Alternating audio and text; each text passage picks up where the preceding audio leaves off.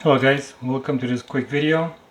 This is all about changing your battery on a key fob from Audi. Very easy. On the back of the key fob you have a button, just push it, take out this key, then you flip it over. You have another button over here. See, there's another one. You just push it gently and you pull towards you. There you go. And there's your battery.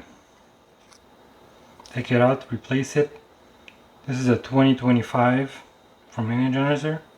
You can put any CR2025 battery. So just push, make sure you put it on the plus, which is this side, the flat side, like that. And you put it back in. And you put back your key. And that's it. Hope you enjoyed.